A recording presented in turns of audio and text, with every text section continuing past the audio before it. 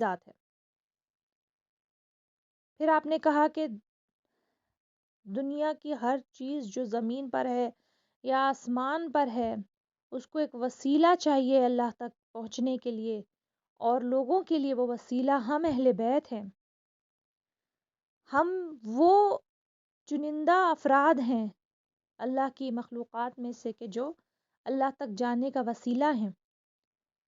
یہ تمام باتیں صحیح بخاری کے والیوم 4 بک 53 نمبر 325، اسی طرح صحیح مسلم، صحیح ابن حبن یا سنن الکبیر یا مسند احمد ابن حنبل کے والیوم 1 پیج 167، کنز المال، اسی طرح بے تحاشا کتابوں میں جو ہمارے برادران ہیں اہل سنت، یہاں تک کہ صحیح بخاری کے بھی والیوم 4 بک 53 اور یہ روایت 325 میں یہ سب کچھ موجود ہے، وہاں سے بھی آپ اس کے ریفرنسز لے سکتے۔ قائد الید یعنی قاعدۃ الید جو لا آف پوزیشن اس زمانے میں تھا، اس کا حوالہ بھی شہزادی نے اپنے اس خطبے میں دیا۔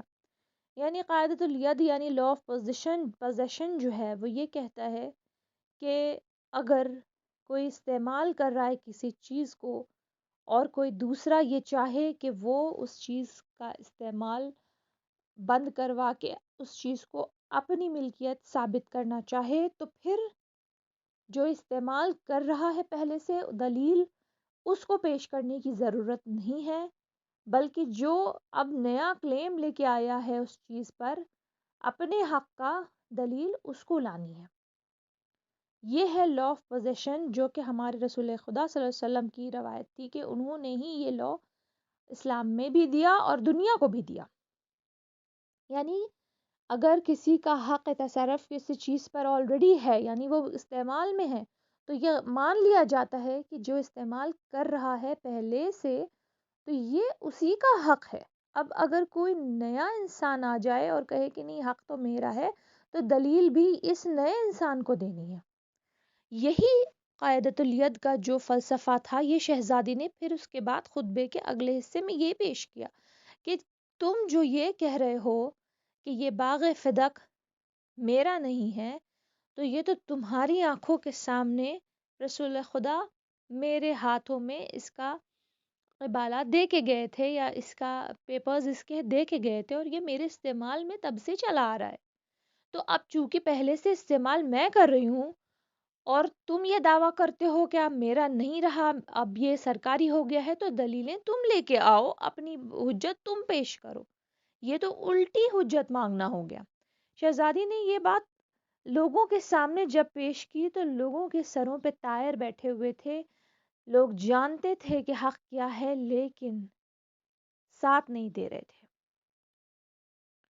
اس کے بعد پہلے خلیفہ حضرت ابوبکر کھڑے ہو گئے اور کہنے لگے کہ اگر آپ گواہ لے آئیں اپنے اس پورے مقدمے پر تو ہم آپ کی بات مان لیں گے۔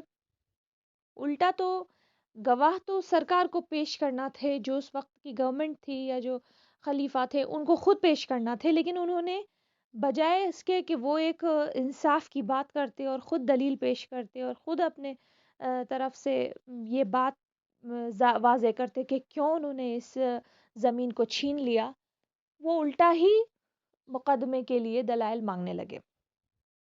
اس پر بھی شہزادی نے اتمام حجت کے لیے کہا ٹھیک ہے، اگر گواہی چاہیے کہ یہ زمین پہلے سے میری ہے تو میرے شوہر ہیں۔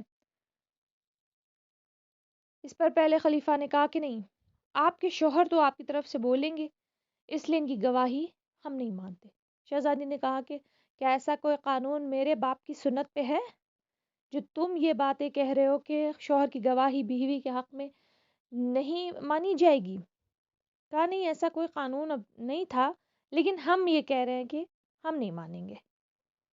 اس کے بعد آپ نے فرمایا ٹھیک ہے، جو میرے والد کی مادر گرامی تھی، میری دادی تھی، ان کی کنیز جناب ام ایمن میری گواہ ہیں، تو ان کی گواہی قبول کرتے ہو؟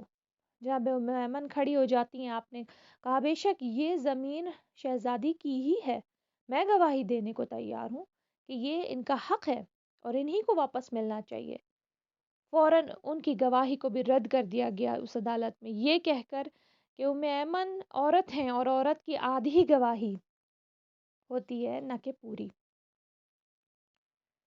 اس پر جناب ام ایمن نے ایک دفعہ مجمع پہ نگاہ ڈالی اور کہا کہ اے مدینے کے لوگوں، کیا اسی مسجد کے اسی منبر پہ رسول خدا نے یہ ارشاد نہیں فرمایا میرے بارے میں کہ جب تمہارے بیچ کوئی اختلاف ہو اور ام ایمن کسی کے حق میں گواہی دیں تو ان کی گواہی آدھی نہیں ہے بلکہ پوری ہے، کیونکہ یہ میری ولادت کی گواہ ہیں، یہ میری ماں جناب آمنہ سلام اللہ علیہا کی کنیز ہیں اور میری ولادت کی گواہ ہیں، لہٰذا ان کی گواہی پوری ہوگی جب بھی یہ گواہی دیں۔ لوگ پھر بھی منافقین تھے، خاموش رہے۔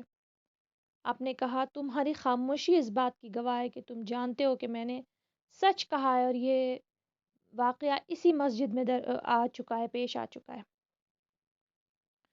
اس کے بعد شہزادی نے کہا ٹھیک ہے، اگر تم حضرت ام ایمن کی گواہی بھی نہیں مانتے تو حسنین یعنی میرے دونوں بیٹے حسن اور حسین وہ بھی میرے گواہ ہیں اور میری بات کی صداقت پر شاہد ہیں۔ خلیفہ نے کہا کہ نہیں، آپ کے بچے تو چھوٹے ہیں، یہ تو بالغ نہیں ہیں، ہم نابالغ کی گواہی بھی نہیں مانتے۔ آپ نے فرمایا کیوں؟ نابالغ کی گواہی، کیا یہ نابالغ ہیں؟ یہ بات رسول کو نہیں پتا تھی؟ جب یہ رسول کے زمانے میں تو اس سے بھی زیادہ کم سن تھے، لیکن رسول ان کو مباہلہ کے میدان میں بھی لے گئے، ان کو بار بار ہر سند پہ کہتے تھے یہ جوانان جنت کے سردار ہیں، یہ نہیں کہتے تھے کہ جب جوان ہوں گے، جب بالغ ہوں گے تب سرداری ملے گی۔ اس کے علاوہ بھی اس پر یہ بات دلیل ہے کہ جب حضرت مریم کی صداقت کی گواہی ان کے گود میں ایک نو مولود نے دی، لوگوں نے نہیں کہا کہ یہ تو نو مولود ہے، بالغ نہیں ہے، ہم نہیں مانتے، بلکہ لوگ مان گئے۔ وہ عیسائی تھے مگر حضرت مریم کی بات مان گئے۔ لیکن واہ مسلمان! بہرحال حسنین علیہ السلام کی گواہی کو بھی اس عدالت نے رد کر دیا۔